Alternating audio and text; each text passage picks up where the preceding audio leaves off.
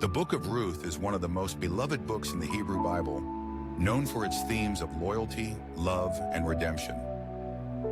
Set during the period of the Judges, it provides not only a historical look at ancient Israel, but also a deeply personal narrative that centers on the lives of its main characters, Ruth, Naomi, and Boaz. The book can be divided into 4 distinct chapters, each advancing the story in significant ways.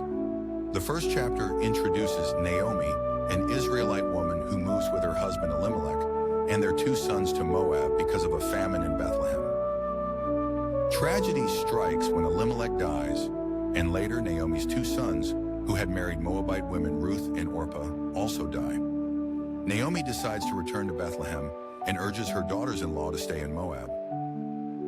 Orpah eventually agrees, but Ruth, in a profound declaration of loyalty, insists on staying with Naomi, saying, "Where you go, I will go, and where you stay, I will stay.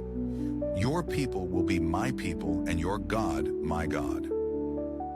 In the second chapter, Ruth and Naomi arrive in Bethlehem at the beginning of the barley harvest. To provide for her mother-in-law and herself, Ruth goes to glean in the fields of a wealthy relative of Elimelech named Boaz. Boaz notices Ruth, impressed by her devotion to Naomi, and instructs his workers to leave extra grain for her to gather. He also provides Ruth with food and protection, showing her great kindness. The third chapter involves a turning point in the narrative. Naomi advises Ruth to approach Boaz at the threshing floor, where he is winnowing barley, as it was a customary practice for a widow seeking protection to appeal to a kinsman redeemer. Ruth follows Naomi's instructions and, in a carefully orchestrated encounter, lies at Boaz's feet, asking him to spread his garment over her as a sign of his willingness to take her as his wife and thus redeem her.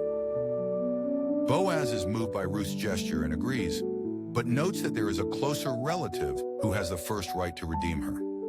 The final chapter resolves this tension.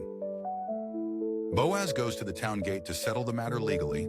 He approaches the closer relative, who declines to redeem Ruth lest it jeopardize his own inheritance. Boaz then publicly claims his right to marry Ruth, and the elders affirm the agreement. Ruth and Boaz marry, and they have a son named Obed, who becomes the grandfather of King David, thus linking Ruth directly to the Davidic line.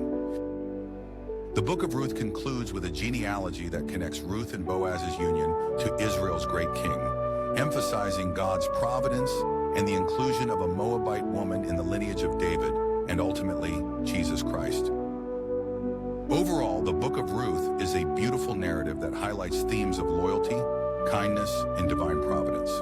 It showcases how ordinary lives and faithful decisions can play pivotal roles in God's broader plan for humanity.